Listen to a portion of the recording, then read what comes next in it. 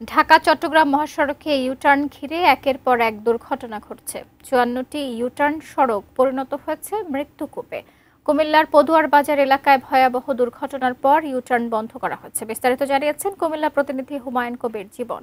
চট্টগ্রাম মহাসড়কের কুমিল্লার পদুয়ার বাজার যে ইউটার্নটি রয়েছে, যেখানে গত ২ দিন আগে এখানে একই পরিবারের ৪ জন নিহতের ঘটনার পরে কিন্তু নড়েচড়ে বসেছে প্রশাসন। বিশেষ করে যৌথ বাহিনী গতকালকে ঘোষণা দিয়েছিলেন যে ২৪ ঘন্টার মধ্যে কিন্তু এই ইউটার্নটি বন্ধ করে দেওয়া হবে, এবং আমরা দেখছি যে আসলে সেটি বন্ধ করা হয়েছে, যার ফলে কিন্তু এখানে এখন আর এই ইউটার্ন দিয়ে কোনো যানবাহন চলাচল করছেন না। সেই সাথে যদি আমি বলি যে এই অঞ্চলের মানুষ, সদর দক্ষিণের মানুষ অনেকে কিন্তু এই ইউটার্ন বন্ধ করা নিয়ে আলোচনা সমালোচনা করেছেন। অনেকে বলেছেন এটি ভালো হয়েছে, এবং অনেকে বলেছেন যে আসলে এই ইউটার্নটি বন্ধ করার কারণে তাদের অনেক সমস্যা দেখা দিয়েছে। সেই সাথে এই ইউটার্নের বিকল্প যে সদর দক্ষিণ থানার সামনে যে ইউটার্নটি রয়েছে সেটি কিন্তু ছোট, যার ফলে কিন্তু এলাকাবাসী দাবি করেছেন সেখানে আরও দুর্ঘটনা বাড়তে পারে। একই সাথে কিন্তু এই ইউটার্নের পাশে কিন্তু অসংখ্য অবৈধ কাউন্টার রয়েছে, অসংখ্য